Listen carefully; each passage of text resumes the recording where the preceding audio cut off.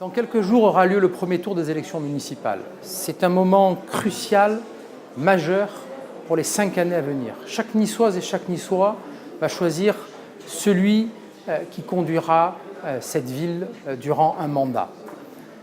Le maire sortant, parmi les projets qui sont les siens, a celui d'un tunnel enterré de 3,6 km pour la ligne 2 du tramway.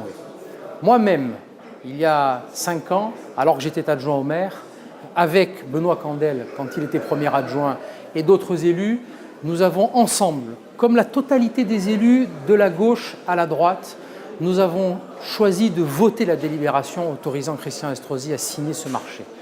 Nous l'avons fait parce qu'on nous a proposé et présenté une délibération dans laquelle des techniciens choisis par je ne sais qui nous ont expliqué qu'il n'y avait aucun espèce de problème quant à la réalisation de ce tunnel, que les finances de la ville permettaient sans difficulté de payer ce surcoût. Entre le moment où nous avons voté cette délibération et aujourd'hui, il s'est passé 2 choses importantes qui ont commencé à nous affoler. D'abord, le parking Sulzer, en face de la petite maison. Par 5 fois, la commission de sécurité a refusé l'ouverture du 6e sous-sol, indiquant qu'il y avait de très fortes remontées d'eau. Cette information qui est aujourd'hui cachée par le maire, je la détiens d'André Alziari-Nègre, qui était à l'époque adjoint au maire et qui m'a rejoint depuis et qui était en charge de ce secteur et qui m'a dit que par 5 fois les pompiers lui avaient interdit de signer cette ouverture. Deuxièmement, depuis quelques semaines, le grand parking du port a arrêté d'être construit pour exactement les mêmes raisons, des remontées d'eau permanentes de tous les côtés. Idem, il y a quelques mois, pour le chantier de l'hôpital Pasteur, où là aussi on a vu de fortes remontées d'eau. Il y a quelques jours de cela, j'ai été amené à rencontrer le professeur Gilly, un des éminents français, un niçois, professeur de géologie à Paris 8, qui a écrit plusieurs centaines d'articles scientifiques sur ce sujet, qui a édité plusieurs livres et qui est reconnu en France comme étant un des meilleurs Français puisqu'il a travaillé pour à peu près toutes les grandes entreprises françaises. Il est une des références françaises. Ce qu'il va vous présenter dans quelques instants est le fruit de la contre-étude qu'il a faite par rapport à ce qui a été présenté aux élus et ce sur quoi nous avons autorisé le maire à signer ce marché. J'affirme donc aujourd'hui que la délibération sur laquelle l'ensemble des élus ont voté il y a de cela 4 ans et demi était une délibération tronquée.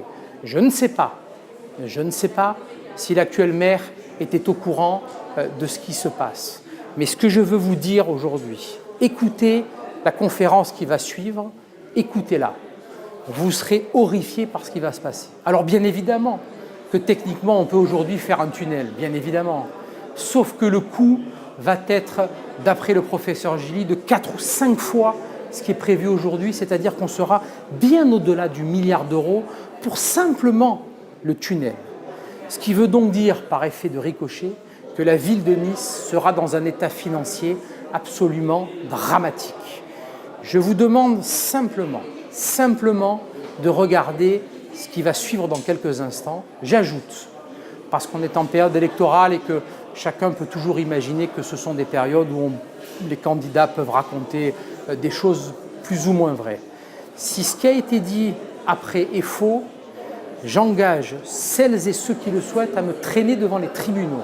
Je vous prends le pari qu'aucun ne le fera. Regardez ce film. Après cela, eh bien, vous pourrez voter en votre âme et conscience dans maintenant 15 jours. Je vous remercie. Alors, je démarrais la présentation par une petite réflexion donc, sur la géologie niçoise.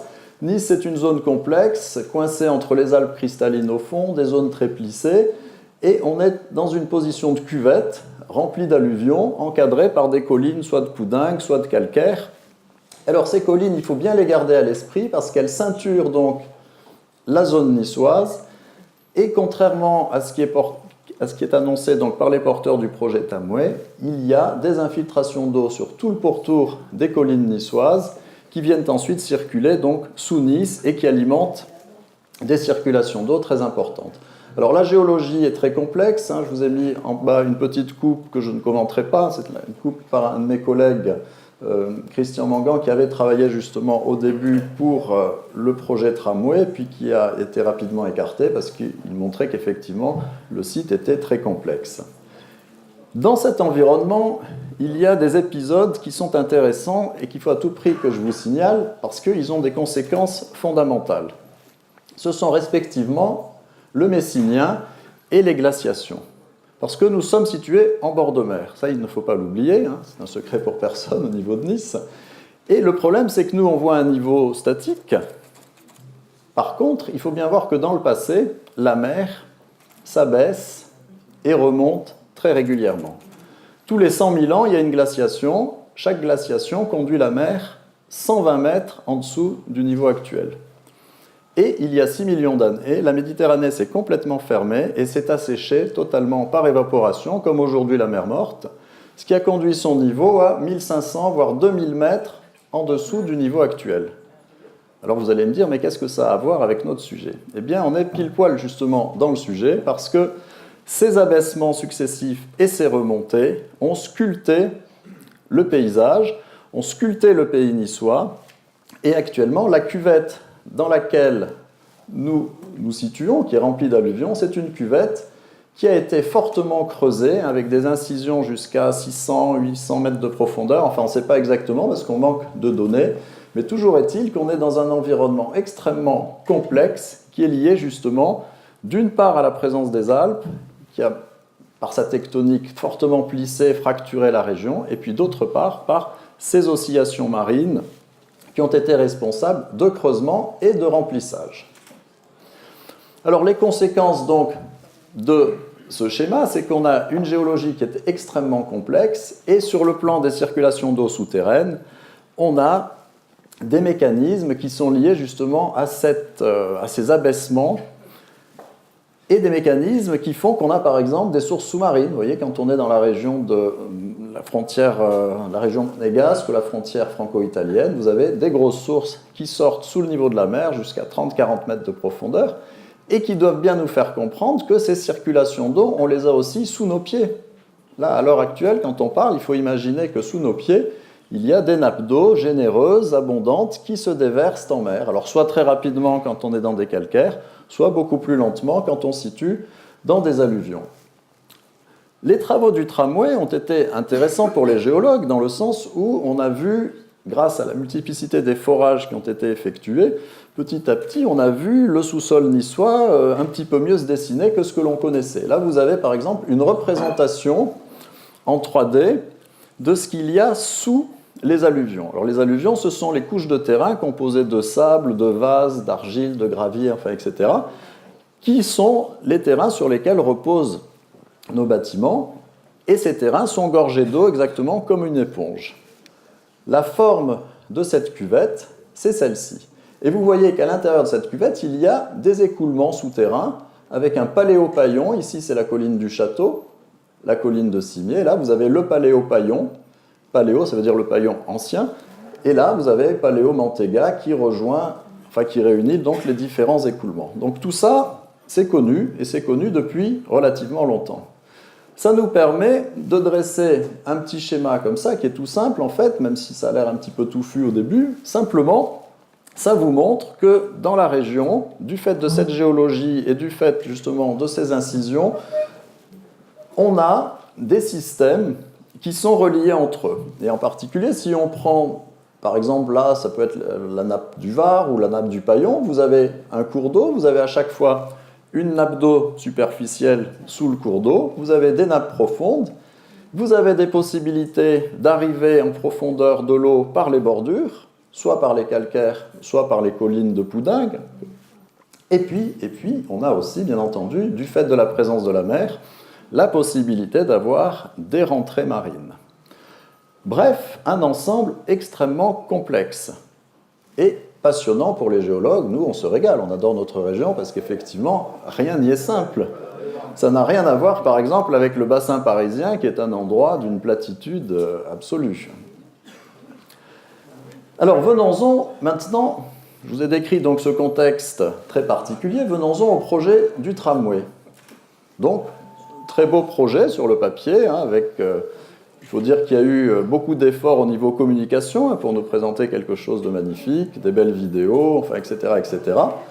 Et ce projet, donc, hormis sa partie aérienne, comprend une partie souterraine. Et c'est bien entendu autour de cette partie souterraine que nous allons discuter aujourd'hui, parce qu'elle pose quand même des questions, pour ne pas dire des problèmes. Première chose, d'abord, quelle est la technique utilisée? La technique utilisée, c'est le tunnelier à pression debout. C'est une technique magnifique, il faut bien dire ce qui est.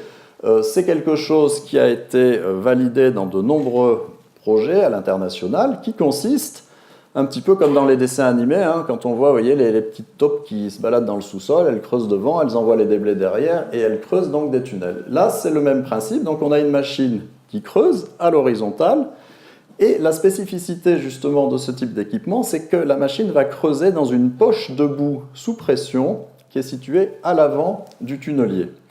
Pourquoi une poche de boue sous pression? Parce que cette poche de boue permet d'empêcher les terrains de s'ébouler au fur et à mesure du creusement.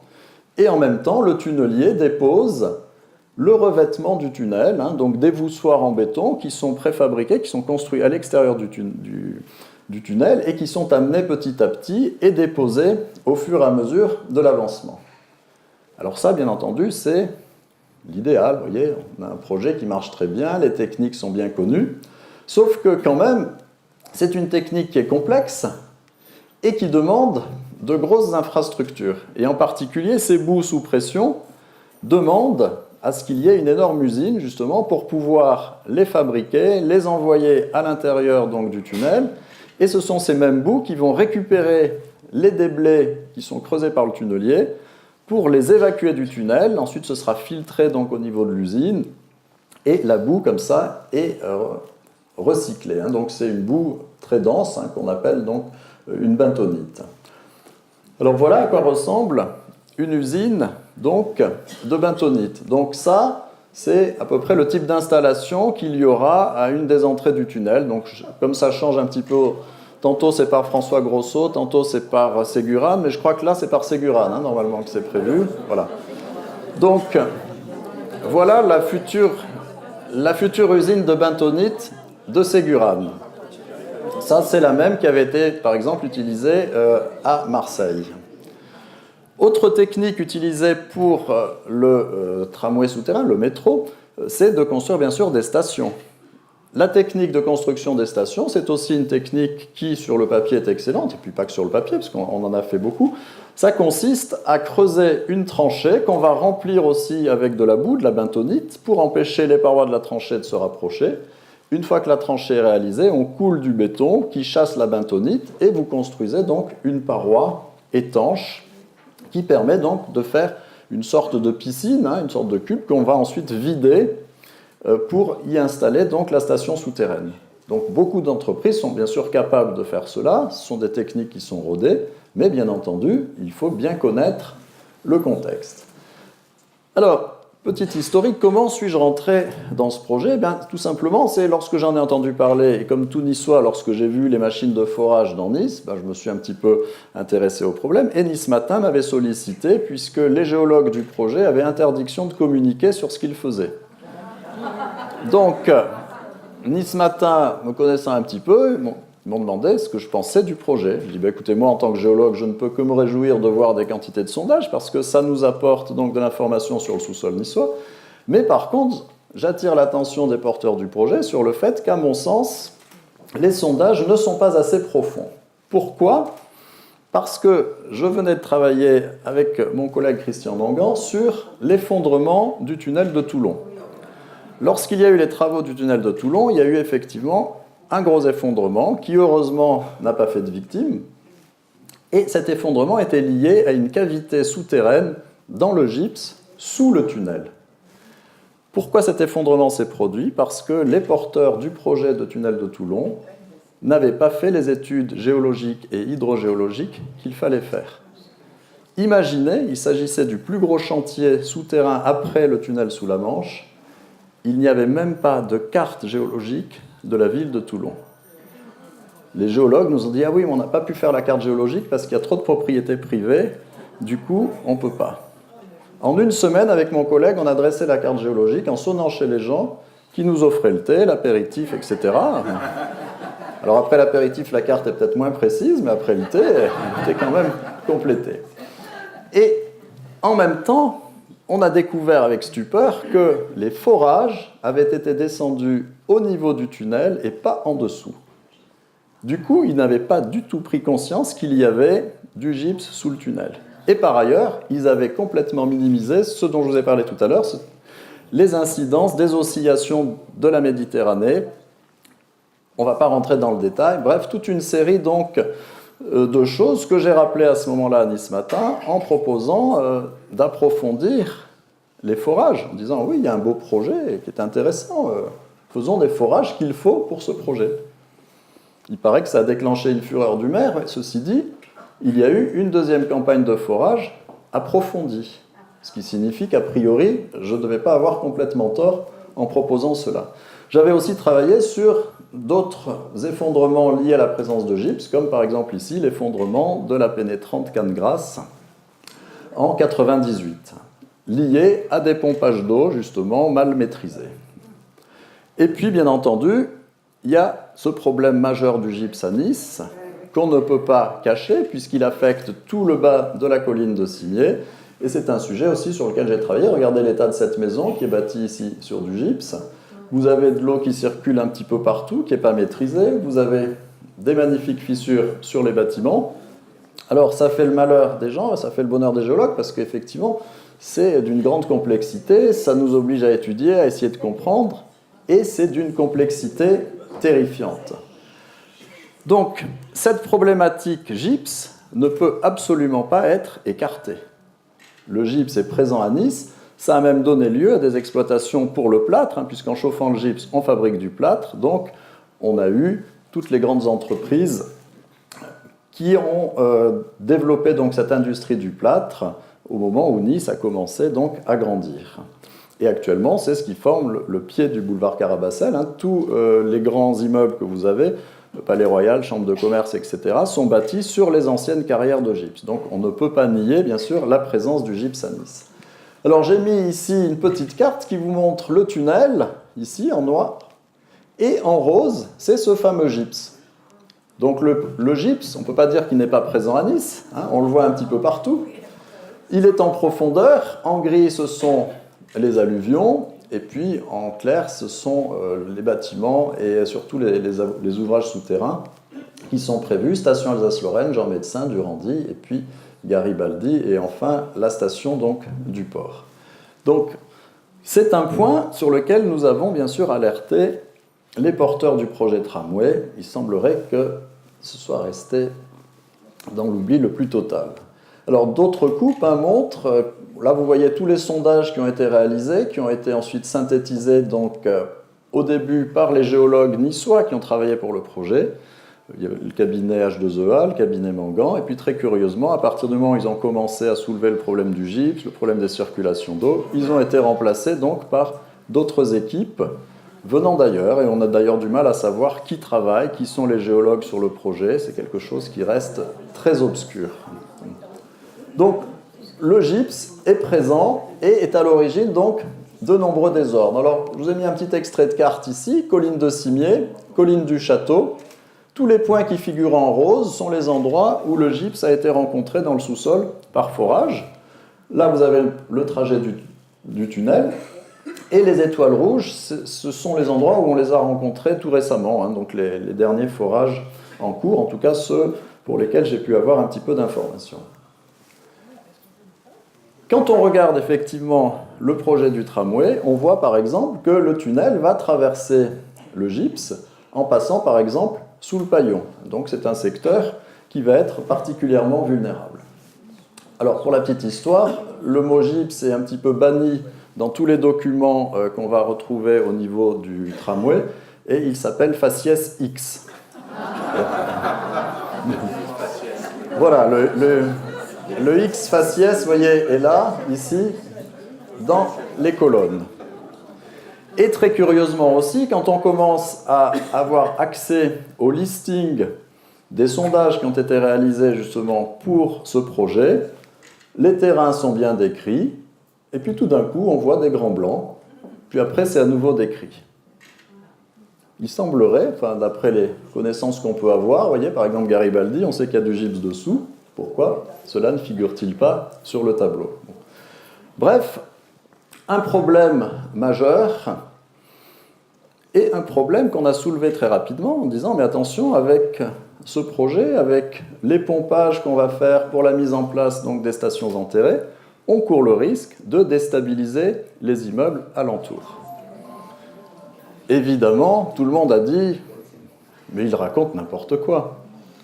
Et puis, malheureusement, l'actualité a prouvé que nous avions raison. Parce que je ne suis bien sûr pas le seul à avoir fait partager donc, mes inquiétudes vis-à-vis justement de la présence du gypse. Tout récemment, chantier du parking de la douane, qui est un chantier à base de parois moulées, donc équivalent de ce qui va se faire au niveau des stations enterrées du tramway, et un an de retard pour le parking de la douane parce que des grosses venues d'eau sont apparues, et en même temps, l'immeuble du 10 rue de Foresta qui a commencé donc à se fissurer. Alors actuellement, les pompages sont plus ou moins arrêtés. Vous voyez les types de fissures donc à l'intérieur des maisons. Alors, les gens vivent un véritable drame humain parce qu'ils ne peuvent plus utiliser leur ascenseur, ils ne peuvent plus ni ouvrir ni fermer les fenêtres, elles se bloquent tout le temps. Quand ils dorment, de temps en temps, il y a un grand crack, donc ils ne savent pas si l'immeuble va ou non s'effondrer. Et ils sont actuellement engagés dans une expertise qui est tellement coûteuse qu'ils ne peuvent plus payer. Actuellement, on leur demande, pour faire les sondages, pour savoir ce qu'il faudrait faire d'abord pour analyser réellement la cause et ensuite traiter le problème, on leur demande 200 000 € d'avance. Alors je cite cet exemple parce que c'est tout simplement ce qui peut arriver à tous les propriétaires des immeubles qui sont justement impactés par ce projet. On a fait une petite estimation rapide, la remise en l'état devrait se situer aux environs d'1 million d'euros. Parce qu'il faut prévoir un corset métallique autour de l'immeuble et une fondation sur micropieux, une reprise en sous-œuvre, des choses qui sont extrêmement coûteuses. Alors actuellement, on dit mais personne n'est capable de dire si c'est le chantier de la douane qui est responsable de ça. Il s'avère que c'est apparu pendant qu'ils faisaient leur pompage. Et ça a affecté non seulement l'immeuble de la rue de Foresta, mais les autres immeubles. Et quand on regarde les pompages, parce que j'ai pu obtenir donc des données sur les pompages d'eau qui ont été réalisés pendant ce chantier. Alors je ne vais pas rentrer dans le détail de cette cour, mais là vous avez ce qu'on appelle une droite de mélange. Et tout ce qui est situé à droite et dessous cette droite de mélange, ce sont des eaux qui sont très chargées en sulfate. Les sulfates, on les obtient par dissolution du gypse, le fameux gypse. Donc cette courbe, qui est la courbe des eaux pompées dans le chantier de la douane, nous montre que vous avez en particulier le puits numéro 1 du chantier qui extrayait, puisqu'actuellement les pompages sont arrêtés, du gypse. Ce qui signifie que les pompages dissolvaient du gypse. Donc en dissolvant le gypse, on crée des cavités, et si ces cavités sont situées sous un immeuble, on déstabilise l'immeuble. Et ça, c'est une grande classique, connue un petit peu partout. Donc, premier problème important donc, soulevé par ce chantier, la présence du gypse dans le sous-sol. Deuxième problème, quelle est l'incidence d'un ouvrage imperméable qu'on va mettre dans la nappe aquifère qu'il y a sous nos pieds et qui va donc barrer les écoulements. On va donc constituer un mur étanche derrière lequel, en amont duquel, l'eau va monter, alors que l'eau va plutôt descendre à l'aval. En montant, bien entendu, ça fait courir un risque d'ennoyage des caves des immeubles, mais il n'y a pas que ça, c'est qu'on va aussi baigner les fondations qui reposaient avant sur des terrains non gorgés d'eau et qui peuvent se retrouver à un moment dans des terrains gorgés d'eau, et à ce moment-là, on va assister à une désorganisation du sol qui peut se traduire par des tassements, des affaissements et une fissuration donc des immeubles. Ça, bien entendu, ce sont des choses qui sont très connues, qui arrivent partout. C'est ce qui s'est passé, par exemple, pour le parking Saleya et la chapelle de la Miséricorde, ainsi que pour les caves des riverains. Et d'ailleurs, je n'ai jamais compris pourquoi les riverains ne se plaignaient pas, parce qu'ils ont, pour la plupart, été impactés donc, par ce projet. une valeur est intéressante, c'est la somme qu'a représentée la reprise en sous-œuvre de la chapelle et la réfection. C'est un petit bâtiment, hein, malgré tout, 900 000 € de travaux. Disons qu'il faut garder à l'idée cet esprit, hein. Un bâtiment, 1 million d'euros, ça nous donne une idée. Autre problème, Port-Nicéa. Port-Nicéa, lorsque le parking souterrain a été construit, il y a eu des venues d'eau extrêmement importantes, que l'on comprend bien si vous vous rappelez le schéma que je vous ai montré tout à l'heure, puisqu'on est effectivement sur l'ancien bras du Paillon. Port-Nicéa, la remontée des eaux dans les caves implique un pompage permanent avec des débits qui atteignent 100 mètres cubes heure. C'est énorme. Il faut capter l'eau qui monte en amont pour la rediriger donc à l'aval. Et 100 mètres cubes heure, c'est ad vitam aeternam. Alors là, on comprend bien que la connaissance des eaux du sous-sol est quelque chose de primordial. Et bien entendu, c'est quelque chose qui est connu de tout le monde. On a toutes les techniques qu'il faut. L'étude des eaux souterraines, enfin des niveaux d'eau souterraine, c'est ce qu'on appelle la piézométrie. Ça consiste tout simplement à faire des forages dans le sol, percés pour que l'eau puisse rentrer à l'intérieur, et on mesure les variations donc du niveau de l'eau. Ça peut se faire soit en descendant 1 mètre gradué, soit en mettant en place aujourd'hui des stations automatiques avec des petites sondes, un appareil de téléphone, et les données vous sont envoyées dans votre laboratoire. Ce ne sont pas des coûts élevés, hein. Une petite sonde, ça va coûter 1 000 €, un téléphone, vous voyez à peu près combien ça coûte, et après un peu de main-d'œuvre pour réaliser ça, donc des opérations assez simples. Et c'est à partir de cette connaissance des circulations d'eau dans le sous-sol qu'on va pouvoir effectivement essayer de réfléchir aux impacts que va avoir le projet, en se disant, est-ce qu'on barre des écoulements? Est-ce que ces écoulements sont importants? De quelle nature vont être justement les remontées de l'eau? Et là, ce qui est édifiant, c'est de regarder le réseau de piézomètres sur lequel s'est fondée l'étude tramway. Alors, je tiens quand même à préciser que tout ce dont je vous parle, ce sont les documents qui sont accessibles à partir de l'enquête publique. Ça ne veut pas dire qu'il n'y a pas des études. Pardon, accessible mais illisible pour le commun des mortels. Vous serez d'accord avec moi. Ouais. Une enquête publique, l'intérêt d'une enquête publique, c'est que justement elle s'adresse à tout le monde, y compris aux spécialistes. Donc nous, quand on a vu l'enquête publique, on y est allé, on a regardé. On comprend qu'effectivement, il y a des documents qui soient plus ou moins accessibles. Enfin, en tout cas, ils étaient présentés au public.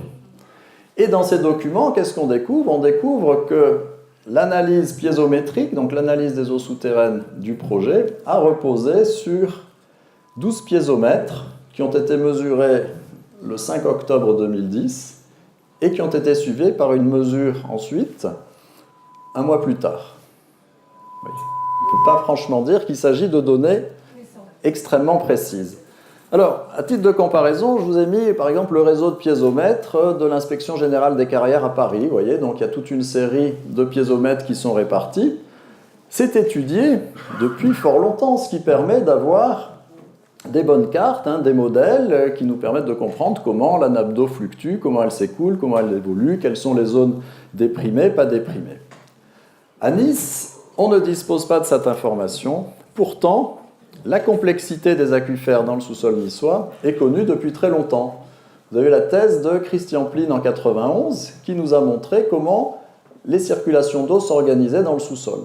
Ces petites courbes de niveau que vous voyez là, ce sont les courbes qui représentent en fait la pente, en quelque sorte, du sommet de la nappe d'eau. Et la nappe d'eau, c'est comme une espèce de lac souterrain qui gorge les terrains, un petit peu comme dans une éponge, et qui est bien sûr déformé avec des axes d'écoulement, des axes de recharge. Bon, les hydrogéologues savent très bien travailler là-dessus. Et on voit par exemple, ici, il y a une zone de recharge et ici, une zone de drainage. Cette complexité donc est connue. Regardez bien la forme, vous voyez les courbes de niveau très complexes, bien imbriquées, bien indentées. Voilà le modèle qui a été fourni pour l'étude du tramway. On n'est pas du tout dans la même complexité. Et ça, c'est encore plus délicat quand on sait que la nappe, il n'y en a pas qu'une, en fait, il y en a plusieurs. Alors, dans le modèle précédent, que je vais remettre, vous voyez les belles courbes ici, il y a quand même quelques absents de taille. Le paillon. Comment peut-on travailler sur une nappe d'eau qui est alimentée par le paillon ou qui est au contraire drainée par le paillon sans mettre le paillon dans le modèle?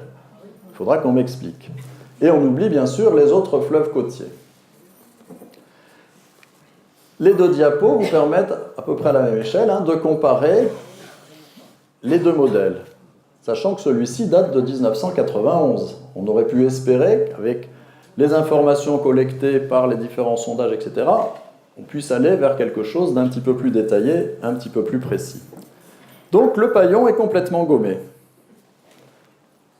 Des images d'archives, de vieilles cartes ici, vous montrent par exemple qu'il y avait un bras du paillon, qui est l'endroit où justement on a creusé aujourd'hui le bassin Olympia. Donc on ne peut pas nier le fait qu'il y avait des écoulements d'eau importants. Et ces écoulements, aujourd'hui, on les voit très bien au niveau du port, avec des forts débits. Ça correspond à toute cette eau qui a été interceptée donc par les travaux souterrains, qui aujourd'hui est chenalisée donc dans des ouvrages qu'on ne connaît pas, puisque ça a été réalisé quand même entre 1759 et 1761, donc la géométrie exacte est inconnue, et ça passe exactement dans la zone de chantier. Alors j'ai fait un petit schéma ici qui vous représente la complexité justement de la nappe sur laquelle nous nous situons. Nous aujourd'hui, vous voyez, on est situé à peu près par ici. C'est-à-dire que sous nos pieds, vous avez une première nappe d'eau, ce qu'on va appeler une nappe libre, qui fluctue, qui monte, qui descend tranquillement. Sous cette nappe, on a un niveau qui est semi-perméable. Pas franchement imperméable, pas franchement perméable, vous voyez, donc c'est une complexité supplémentaire. Dessous, on a encore une nappe d'eau qui, elle, est sous pression, parce qu'elle est bloquée par ce niveau. Dessous, on a encore un niveau imperméable, et dessous, on a une nappe qu'on appelle captive, parce qu'elle est sous pression. Quand on fait des forages, la pression est telle que l'eau remonte jusqu'en surface. Pourquoi il y a une forte pression? Parce que on est alimenté, et rappelez-vous le petit schéma que je vous ai présenté au tout début, on a une alimentation latérale par les collines, par les bordures, tant à l'est qu'à l'ouest qu'au nord. Et en plus, par le sud, on a bien entendu les intrusions marines. Alors qu'est-ce qu'on fait quand on veut justement prévoir les incidences d'un projet? On met en place une modélisation. Modélisation, vous en connaissez tous, puisque quand on ouvre la radio, qu'on regarde la télé, on a les prévisions météo, c'est un modèle. Un modèle, ça consiste à partir d'un objet, ici par exemple de l'eau souterraine, alimentée par de la pluie. L'eau s'infiltre, le niveau de l'eau monte, descend, en fonction donc de l'état hydrologique du système. Vous enregistrez ça pendant quelques années, et vous pouvez faire une relation et voir comment votre niveau fluctue. Vous traduisez ça en équation mathématique, et vous essayez de faire une courbe, vous voyez ici un petit pointillé rouge, qui ressemble le plus possible à la courbe que vous avez observée. Une fois que vous êtes content de votre courbe, qu'est-ce que vous allez faire? Vous allez pouvoir faire fonctionner votre courbe vers le futur. Et ça vous permet de voir ce qui va se passer et de faire des prévisions. Donc ça, c'est le principe général d'une modélisation. Beaucoup de gens sont très performants pour ce genre de choses. Mais vous comprenez bien que la précision du modèle dépend des observations. Comment peut-on mettre en place un modèle de nappe en ayant eu 2 mesures préalables, alors qu'il faut avoir des mesures sur plusieurs années, et qui plus est sur ce que les géologues appellent les années hydrogéologiques représentatives, des années où on n'est pas en période de sécheresse ou au contraire en période de hautes eaux. Voilà donc le modèle qui est pondu pour le tramway. Et alors ce modèle, j'ai essayé d'un petit peu le décortiquer. Alors vous m'excuserez de vous présenter ça parce que c'est un petit peu hermétique, mais les concepteurs du modèle ont dit on va prendre la tranche de terrain aquifère, la tranche qui est gorgée d'eau, on va la couper en 3 tranches d'épaisseur égale. La tranche centrale, on va elle-même la découper en 3 tranches. Celle du milieu représentera le tunnel.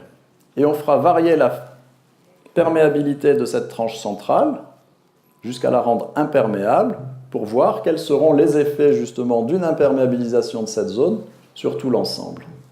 Et là, j'attire votre attention sur une chose extrêmement intéressante, c'est qu'on comprend bien que la modélisation, donc l'hypothèse de départ, on comprend bien que d'après ce principe, le tunnel correspond à 1/9 de la hauteur de l'aquifère.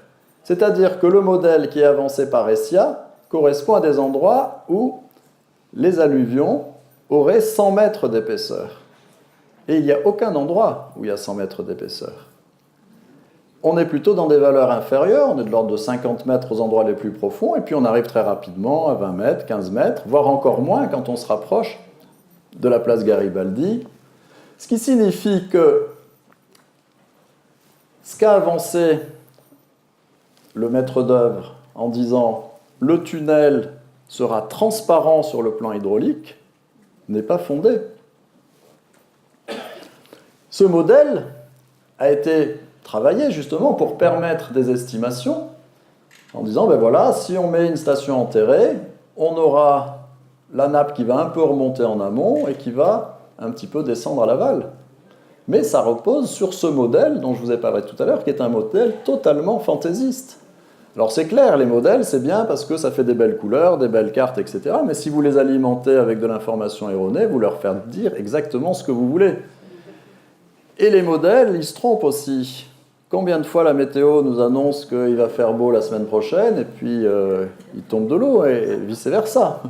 Alors que ce sont des modèles qui sont calés sur des enregistrements météo depuis le 19e siècle, relayés par toutes les stations météo, travaillant avec les ordinateurs les plus puissants du monde. Là, on n'est pas du tout dans le même cas. On a un modèle fantaisiste qui repose sur de l'information qui n'a absolument pas été validée. Pourtant, la connaissance est présente. Si on interroge par exemple la banque de données du sous-sol, vous pouvez trouver sur Internet, on voit par exemple ici, à Biscarrat, on retrouve une nappe libre, une nappe alluviale captive et une nappe artésienne, donc sous pression, qui remonte jusqu'en surface, jusqu'à 2 mètres sous le terrain naturel. Donc ça, c'est des données publiques, et on ne peut pas imaginer un seul instant que les porteurs du projet n'aient pas été au courant justement de ce contexte. Par ailleurs, les masses d'eau sont aussi signalées dans les banques nationales. C'est très simplifié, mais néanmoins les banques nationales nous donnent 2 grandes masses d'eau, une en profondeur, qui comprend justement les collines et le fond de la cuvette, et puis la petite nappe d'eau dans laquelle le tunnel est prévu, ici.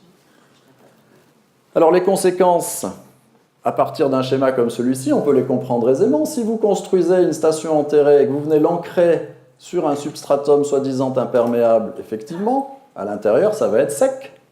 Mais si vous oubliez que le substratum, donc la partie profonde, est elle-même une masse d'eau très importante et alimentée par les bordures, vous courez le risque d'avoir des quantités d'eau extrêmement importantes qui remontent dans le fond de votre fouille.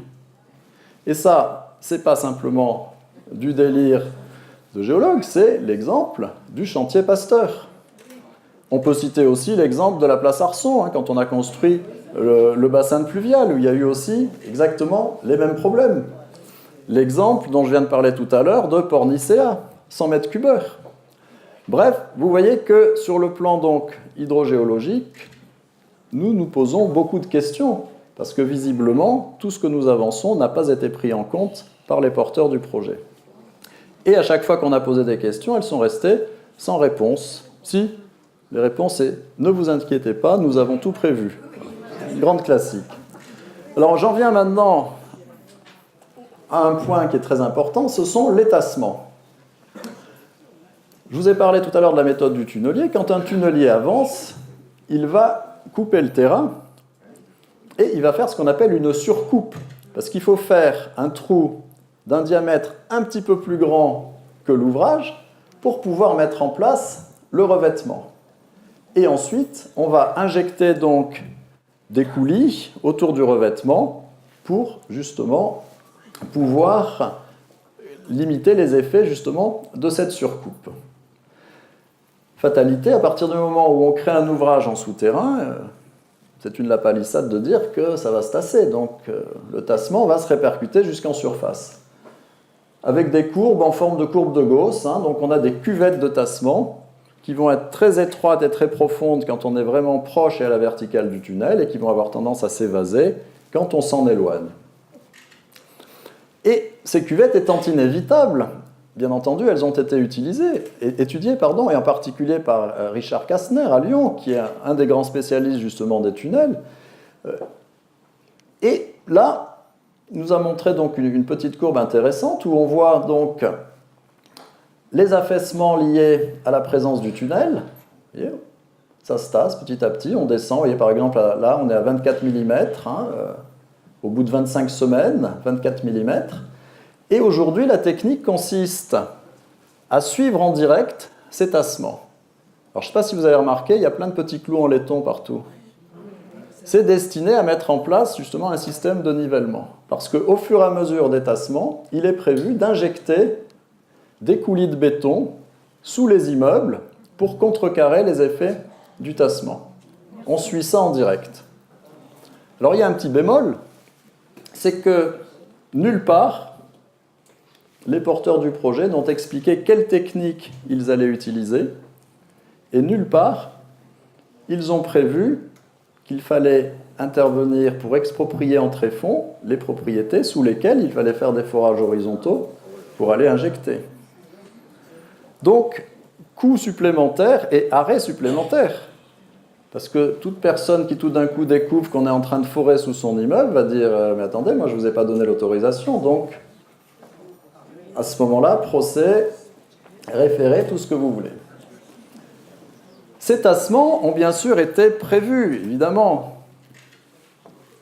Tout le monde sait qu'il y a des tassements, y compris bien sûr la mission Tramway.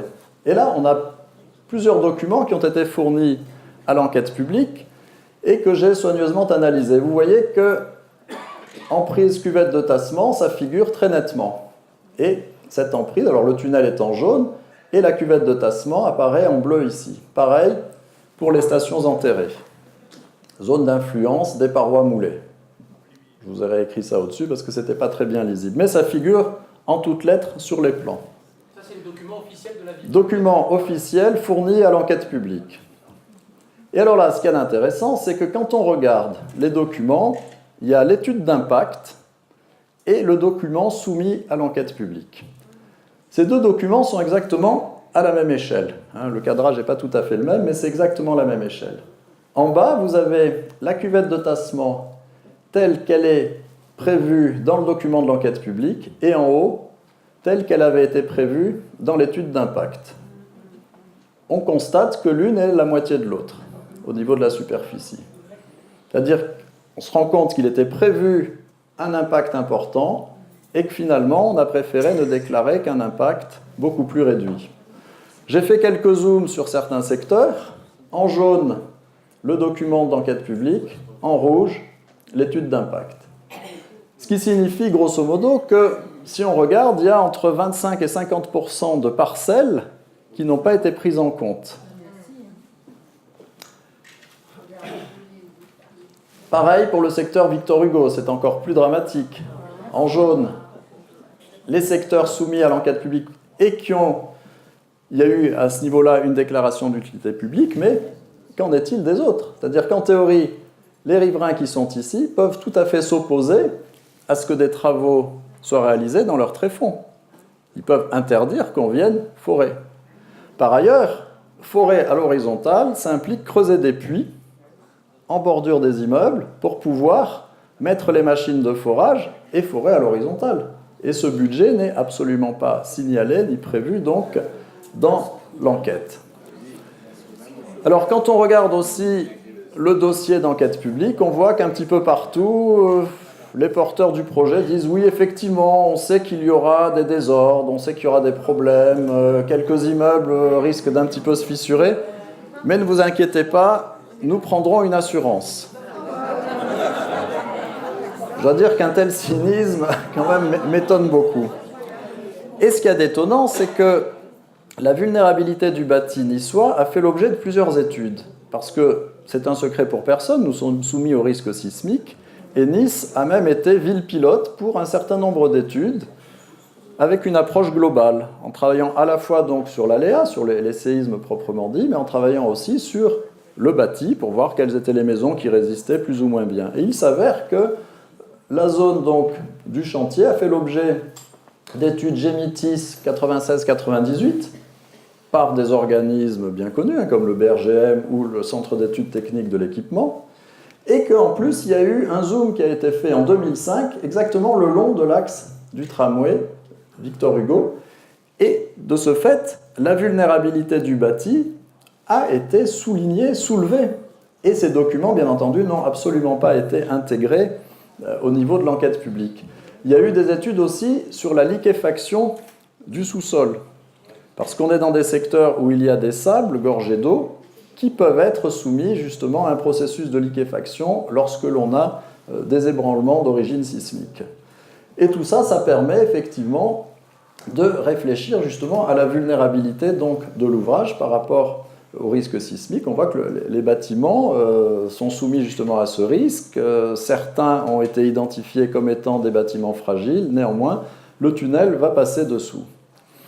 Ce même risque sismique, il s'accompagne aussi de failles actives, puisque ce sont les failles actives qui déclenchent les tremblements de terre. Et vous voyez donc sur cette carte, qui est une carte aussi BRGM, ce n'est pas une carte publiée dans un mémoire d'étudiant, non, c'est vraiment une carte officielle, nationale, publiée après avoir été validée. Et vous voyez qu'il y a un faisceau de failles actives qui a été reconnu au niveau donc, de la ville et qui intercepte donc le tunnel.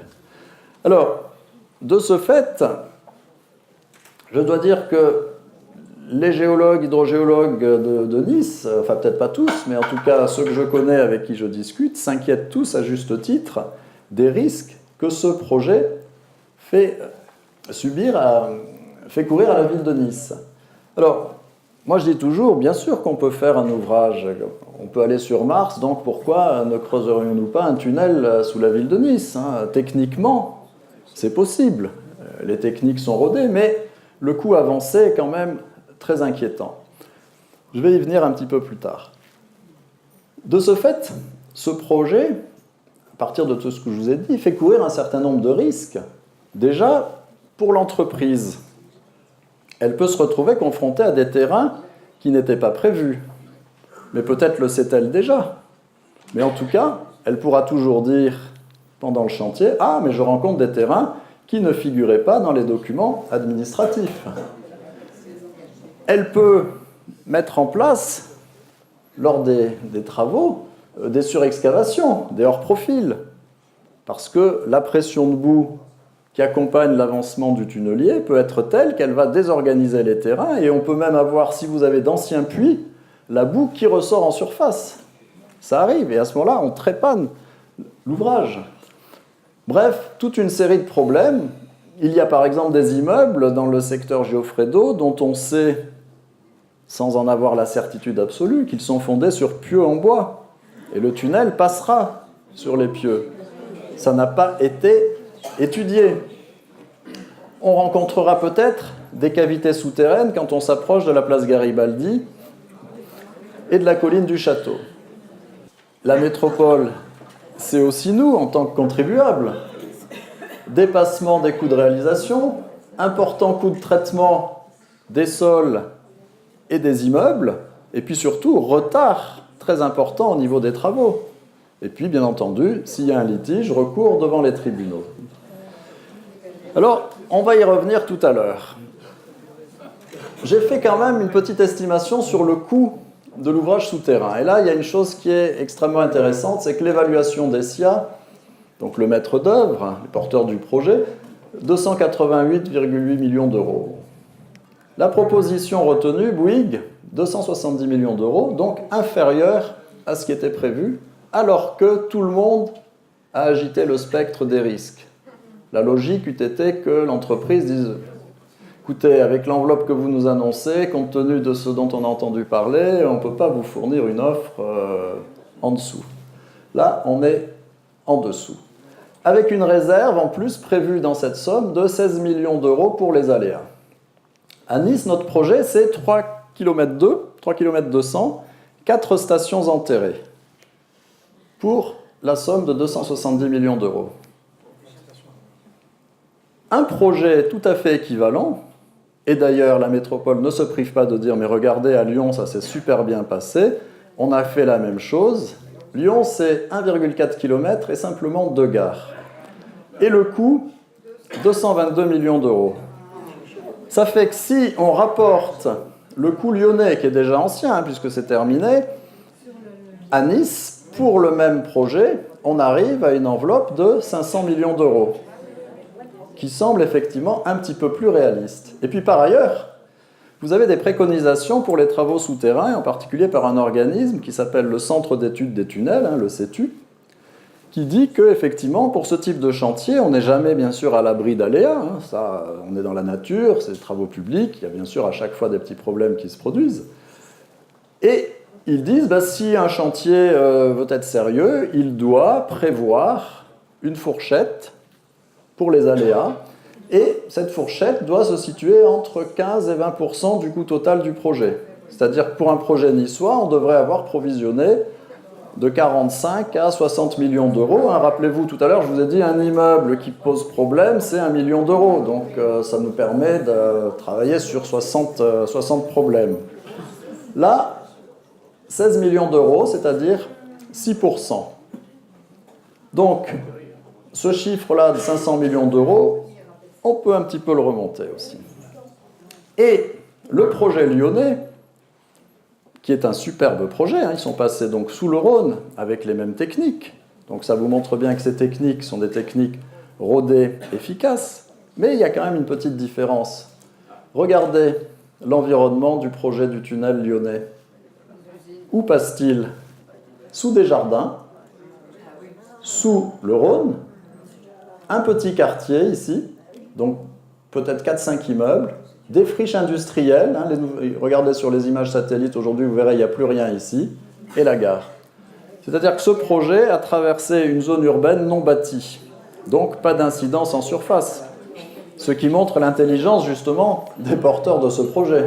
Alors, les problèmes de tunnels, de coûts, de dépassements, etc., c'est connu depuis qu'on creuse des tunnels. Je vous rappelle le tunnel sous la Manche, le tunnel de Toulon, donc à chaque fois, on a des dépassements. Alors ces dépassements, on les retrouve tellement souvent qu'il y a même eu des travaux de recherche qui ont été faits sur les dépassements.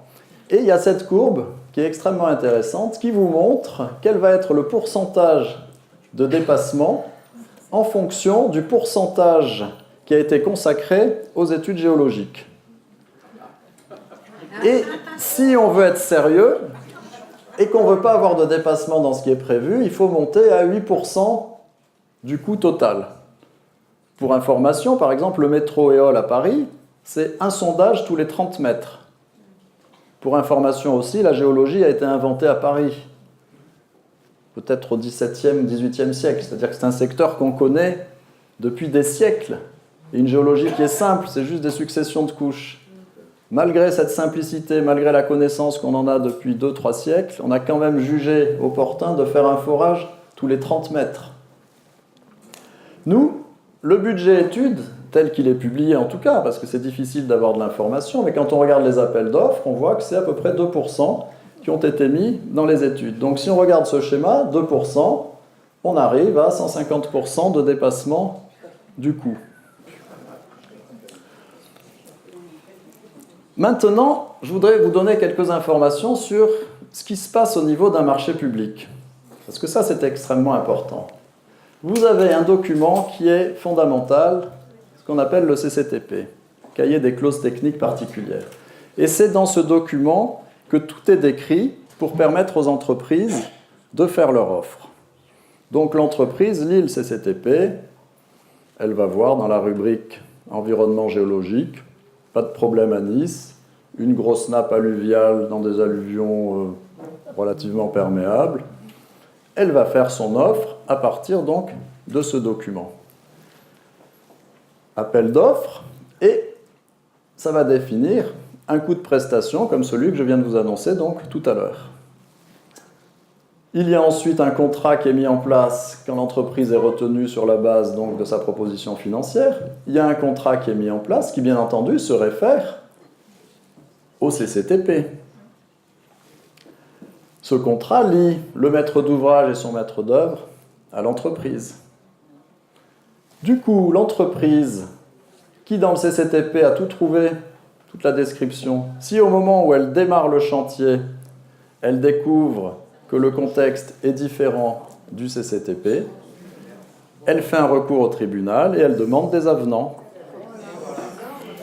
Et il n'y a pas de limite pour les avenants. Les avenants, ça peut être 200, 300, 400% de la somme initiale. Donc, ce document-là, l'entreprise a tout intérêt à ce qu'il ne corresponde pas à la réalité. Parce que l'entreprise qui va répondre à un tel marché, elle sait par avance que le coût qu'elle a annoncé, elle va pouvoir le multiplier. Alors, en conclusion, c'est pas difficile de voir qu'un projet comme celui-ci va coûter à peu près 1 milliard d'euros, la solution souterraine. Et je me suis amusé à diviser ça par le nombre d'habitants de Nice, mais bon, il faudrait un petit peu tempérer ça parce qu'il y a la métropole, etc. Bon, enfin, on va rester dans l'ordre de grandeur. Ça représente 3 000 euros par personne et 12 000 euros par famille. Et je terminerai là-dessus.